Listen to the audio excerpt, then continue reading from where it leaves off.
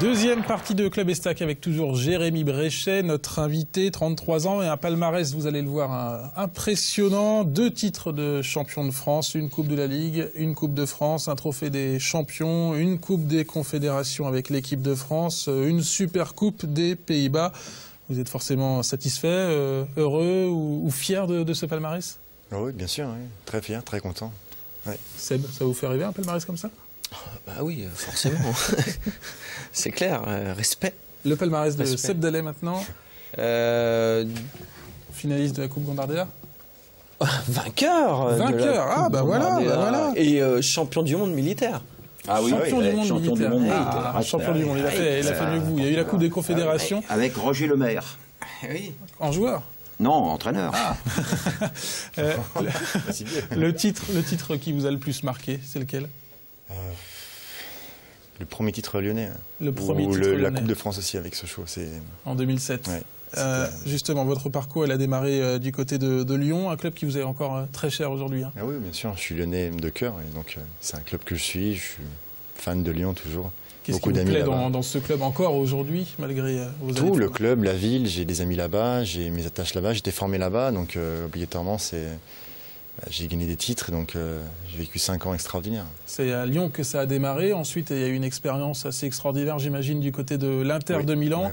Oui. Là aussi, forcément, un moment extraordinaire à vivre. Oui, un grand...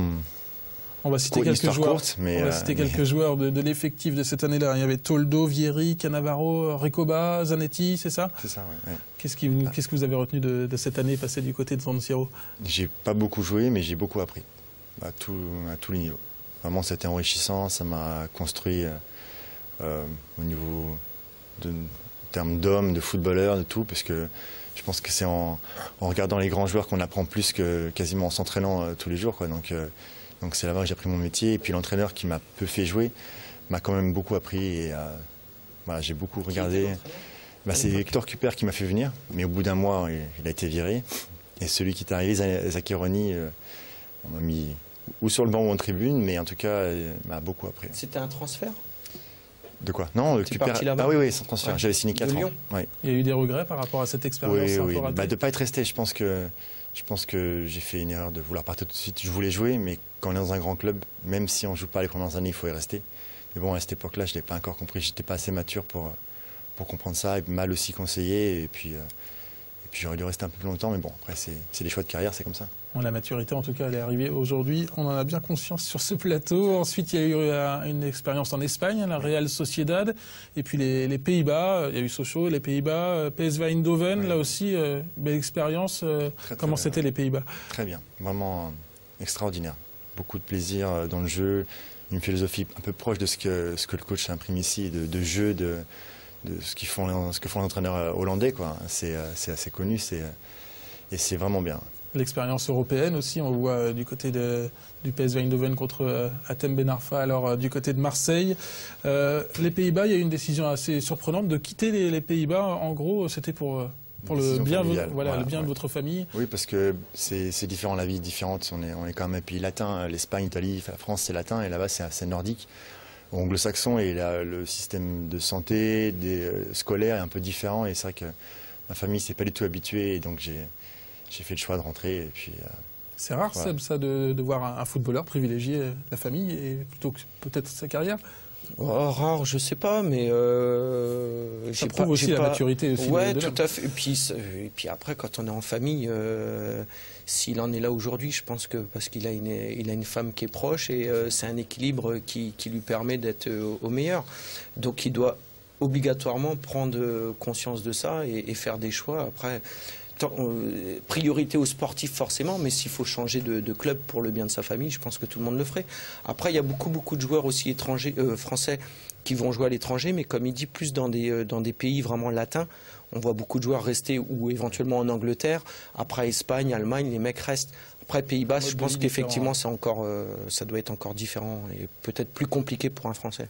Le club était extraordinaire. Vraiment, le club, je crois que c'est le meilleur club que j'ai fait, Une de loin. dimension européenne, voire même mondiale pour ce PSV Eindhoven. Ensuite, il y a eu le retour à Sochaux, vous le disiez, avec une victoire en Coupe de France en 2007. On vous voit d'ailleurs avec le président Jacques Chirac, avec Sébastien Grax, qui va toucher à la barre transversale.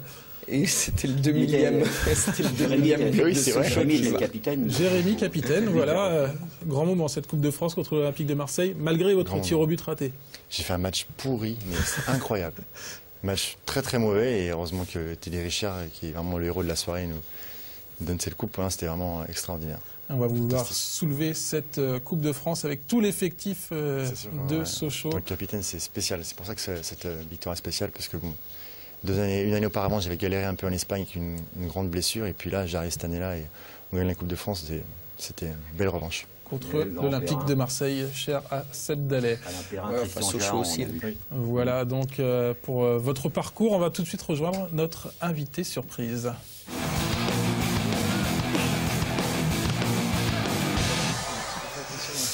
Et cet invité surprise, vous l'avez connu du côté de Sochaux. Il est né à Troyes. Bah oui, je m'en doutais. C'est Damien. Damien, ce n'est pas moi, c'est Damien Perkis, désormais défenseur du côté de l'Espagne et du Betis Séville, international polonais également. En sélection. Vous êtes d'ailleurs actuellement, Damien, en sélection pour affronter l'Afrique du Sud, je crois, vendredi soir. Jérémy Bréchet, c'est un peu votre grand frère footballeur, non? Ouais, c'est un peu de tout. C'est l'ami, c'est la référence, c'est le parrain de mon fils. C'est beaucoup de choses en même temps, mais avant tout, c'est peut-être la meilleure personne au niveau du football que j'ai pu rencontrer. Voilà. Cette Hélène ne m'en voudra pas, j'en suis sûr, mais c'est la meilleure personne hors football avec qui j'ai beaucoup appris.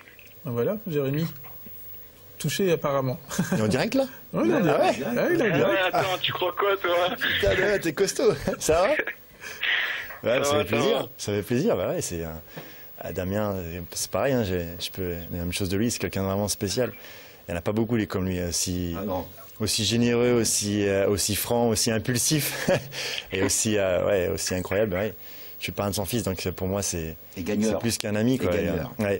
Et c'était vraiment. D'ailleurs, je crois que j'ai dit récemment que c'était mon meilleur ami dans le football, quoi, ni plus ni moins. Et donc même à l'extérieur, on restera toujours amis. Et c'est ça que je suis vraiment content du saut qu'il a fait dans un grand club, parce que je pense que c'est quelqu'un qui a une image un petit peu mauvaise image en France, et ça le dessert. Et je comprends pas, moi, certains clubs français qui n'ait pas fait appel à ses services, parce que pour moi c'est un très très bon joueur. Il a vraiment progressé ces dernières années, c'est un très très bon joueur.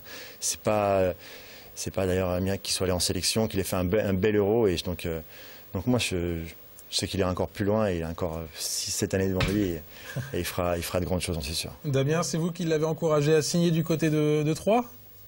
C'est lui qui, grâce à lui, que j'ai signé du côté de Troyes. Je sais pas, je sais que il y a notamment Nordine Boishera qui m'avait appelé pour Jérém, et puis voilà. Après, qu'est-ce que vous voulez mettre des bâtons dans les roues à quelqu'un qui est professionnel, qui aime son métier, et surtout qui est simple dans sa vie malgré son palmarès. Je pense que c'est quelqu'un qui fait partie de la génération comme l'a été Seb, que j'ai connu à mes débuts, et c'est je pense la meilleure génération humaine que l'on puisse connaître. Donc d'avoir quelqu'un comme ça dans son effectif, c'est important, et quand Nordine m'a demandé, j'ai tout de suite dit j'ai tout de suite donné mon aval, quoi. Damien, tu penses avoir passé des paliers grâce justement à la présence de Jérém? Non, tout seul. En fait, en le voyant jouer, on apprend toujours de quelqu'un, c'est indéniable. Jérém, il a une expérience du plus haut niveau, avec la Ligue des Champions notamment. Après, je pense qu'il m'a énormément fait progresser au-delà du football, parce qu'après il y a les entraîneurs aussi qui sont là pour ça, mais au-delà du football, sur le plan humain, il m'a appris à être, je dirais, plus posé, à apprendre à plus me connaître, à être peut-être aussi moins impulsif notamment, et surtout à dans la vie de tous les jours, s'intéresser à d'autres choses que le football, ce qui permet d'enrichir aussi sa personnalité. Et là-dessus, il a fait de moi, il m'a aidé vraiment à grandir. Un dernier mot quand même, on a parlé beaucoup des qualités, un petit défaut quand même de Jérémy en dehors du terrain ou sur le terrain. T'as pas les images, sinon t'aurais dit sa barbe. Ah ouais, d'accord. Non, je dirais des fois il a des chaussures qui lui vont pas trop bien, mais bon, c'est dans sa façon de s'habiller, mais il a ce petit côté italien qu'en France on connaît pas trop, donc donc voilà. Mais sinon après voilà, j'ai pas de défaut. C'est comme je le redis, c'est quelqu'un de très bien, et j'espère que mon fils aura la possibilité de voir plus souvent son parrain dans les prochaines années. Bon, merci en tout cas beaucoup, Damien, d'avoir participé à cette émission. Petite surprise donc pour Jérémy Bréchet. Merci, Damien. Et puis bon match donc du côté de la Pologne contre l'Afrique du Sud, contre l'Angleterre également la semaine prochaine. Oui, c'est ça, voilà. À très bientôt, un grand merci encore. Ciao, Damien. Allez, dans un instant, la troisième partie de Club Estac avec notamment les échos de Carlos. À tout de suite.